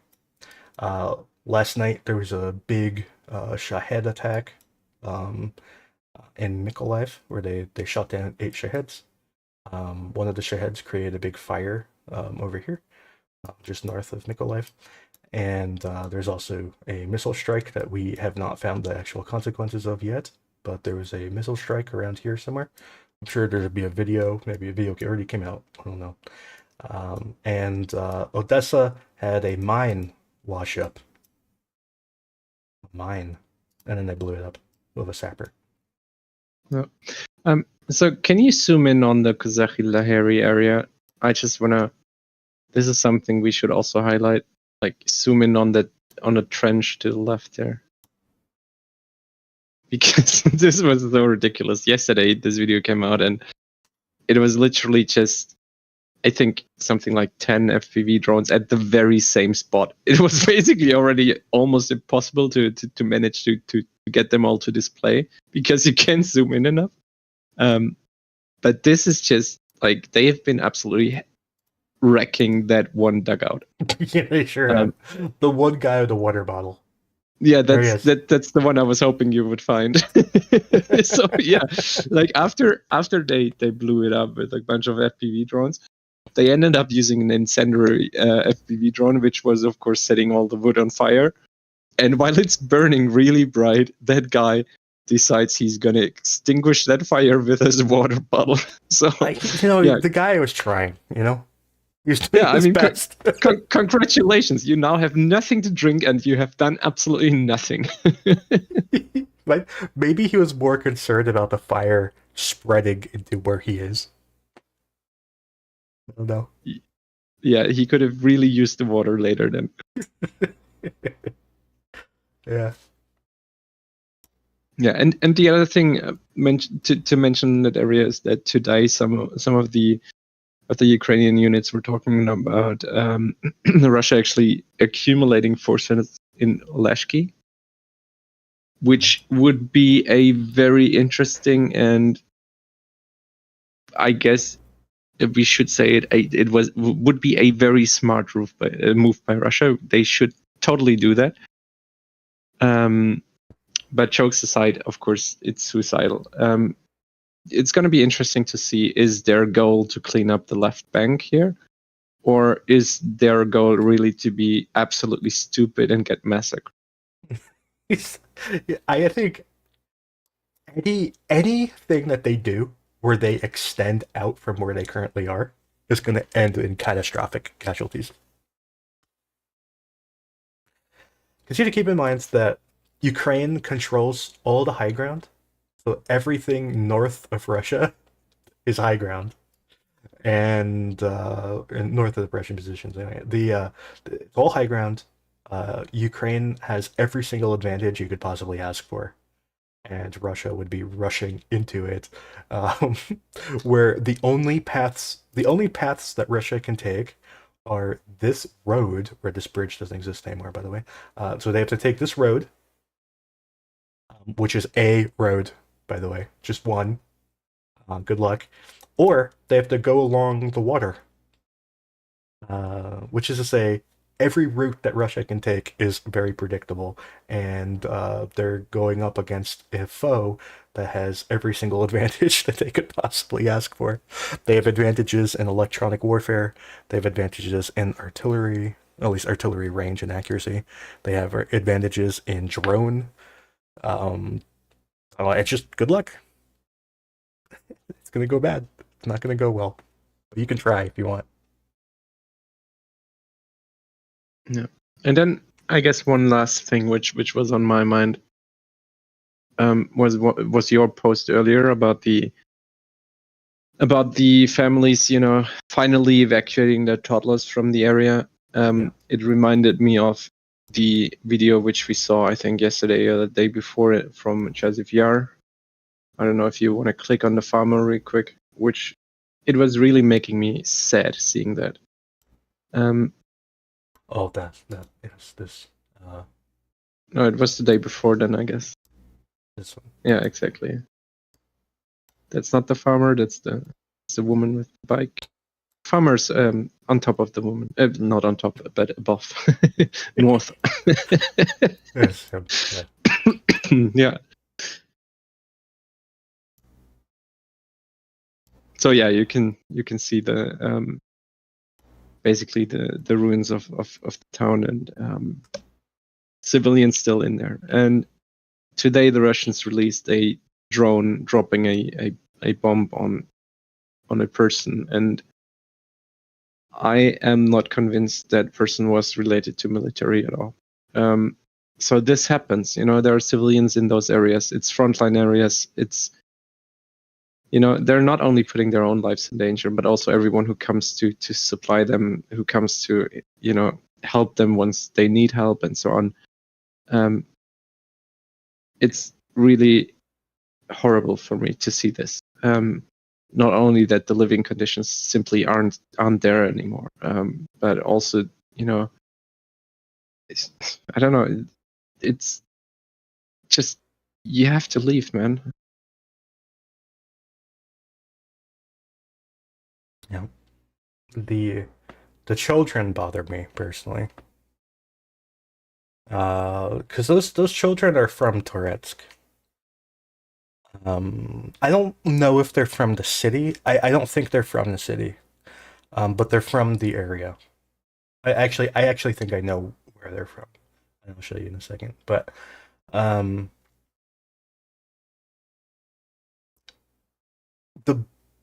the mother, or I actually don't think it's the mother. I think it might be the grandmother or something. She said that the reason that they're leaving is because their house has been under 24/7 airstrikes. Like every minute of every day is an airstrike. So they're from Toretsk, which is, just north of New York. I don't think they're actually from the city though. I think where they're from is this town here. But these are the little children. They're very cute. There's a little boy and a little girl. I think this is the little girl. How old would you say they are? Like 4 or something? I don't know. Yeah, it looks like 4 maybe. 4 and 5 probably, I would guess. Yeah, they have to be evacuated. And there's another evacuation video that I put out. Well, I didn't put out, but I posted yesterday of these people in Sumy. These evacuations are in preparation for a Russian offensive in Sumy, I think. But they evacuated all of these families. They're mostly children, to be honest. Yeah, and this offensive on Sumy, there was a lot of chatter about that today as well. Again, people need to be aware that this is most likely going to come. And it's not going to be a surprise. The Russians are going to hype it, and they're gonna want to make it look like, they're advancing everywhere and Ukraine has a chance. So prepare yourself for that news. I personally think attacking Sumy is one of the dumbest possible things Russia could do. I think attacking Kharkiv is a much more dangerous for Ukraine. I think attacking Sumy is going to be almost impossible for Russia. I think it's going to go about as well as attacking Zaporizhia would go for Russia. Sumy is very well defended. The thing about Sumy is that they have a pretty competent government. Not every government in Ukraine is that good. Honestly, I think the next government is pretty bad. The Zaporizhia government is not that great, but they're not awful either, but they're not great. The Kherson government, well, the Mykolaiv government, I think is pretty good. But Sumy has, I think, one of the most competent governments, at least in terms of military, maybe not in other stuff. But they have a pretty competent government, and they haven't had much to do because they've basically been more or less out of the main war for a really long time. So they've had nothing to do except prepare, and they've prepared a lot. And this is not the place I would want to attack because they've made a lot of really good defenses here, a lot of good trench lines, a lot of like professionally designed bunkers, and made of proper concrete and with overlapping fields of fire. It's actually I think this is probably the most professional defensive network that Ukraine has in the entire country. Whereas Kharkiv is different because they haven't had as much time, and also a lot of these areas are just much more dangerous to operate in because they get more regularly shelled and they get more airstrikes. And I think part of it is because of Belgorod. both in terms of Belgorod projecting power outward and with Ukraine attacking Belgorod. I think those two things combined make this whole area around Belgorod more dangerous. Whereas Sumy doesn't really have that issue. There's no like major thing going on there. So I think attacking Sumy is a really bad idea. But attacking Kharkiv, I think, or Kharkiv Oblast is I think a bigger threat.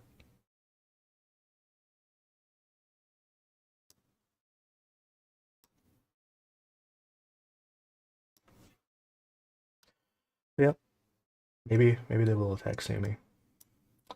I think the most vulnerable part of Sumy is the southern part. On the Kharkiv border.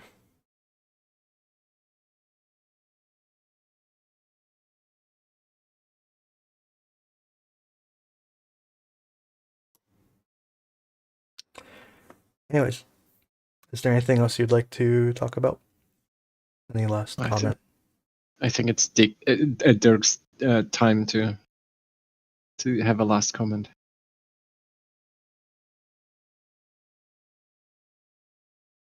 Dirk. I think we about covered it all. Okay. All right. You heard it. Dirk said we covered it all. Whatever Dirk says must be true.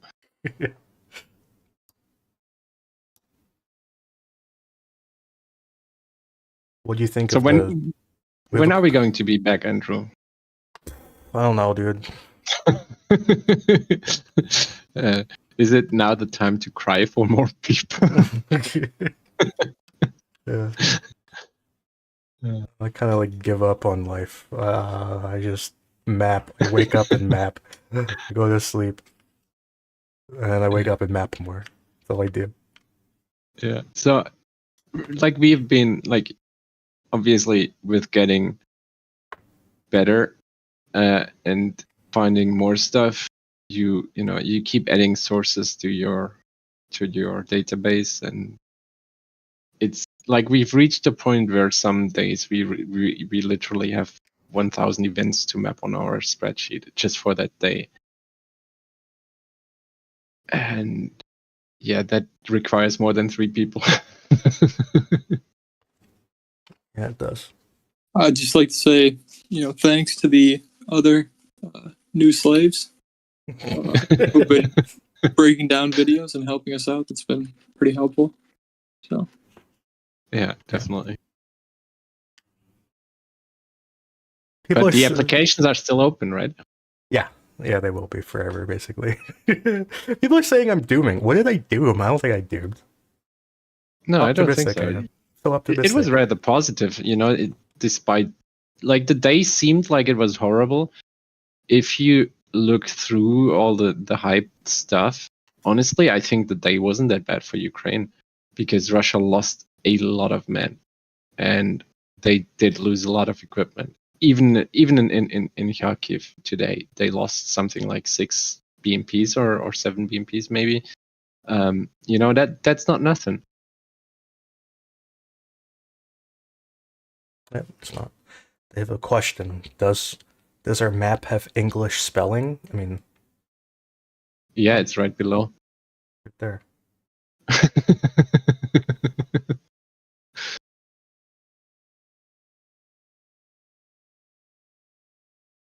Right there. English. And then that's Ukrainian. That's Russian. Actually, is that Ukrainian? I don't know. I think it has an I. I don't think, does Russian have an I? Well, I don't know, but I would assume that Ukrainian spelling will be correct soon. All right. Once the BPR breaks free. They'll just reunite all of Ukrainian lands, right? So Ukrainian land is here. So Krasnodar is Ukrainian land, and Rostov is Ukrainian land, and Belgrade is Ukrainian land, right? So, and Kursk, these are all Ukrainian cities. Will they have a border with independent Chechnya? I think historically they didn't. Didn't- I think they only like had like controlled up like here. Well, sure. I mean, you could. Why not? I mean, they could be friends. And because people are saying we're dooming, I think every one of us believes and is truly convinced that this will happen. You know, Ukraine will win the war. There are setbacks on the way there, and there's mistakes you can make, and there are things making it more bloody than it had to be. But I don't think any of us believes that Russia will succeed.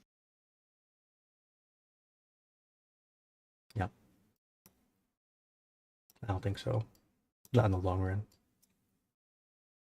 I believe Kyle's asking how he would apply. Oh, I could put a link in the description. Let me find it.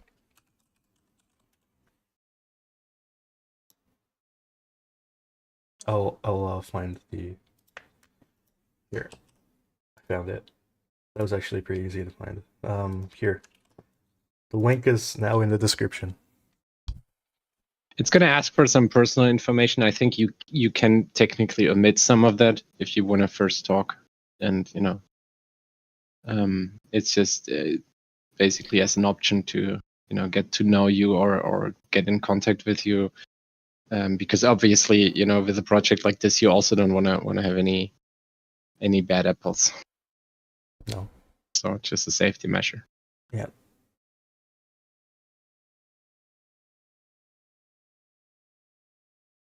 All right, so that's the stream. Goodbye, everybody. See you next time. I don't even know what next time is.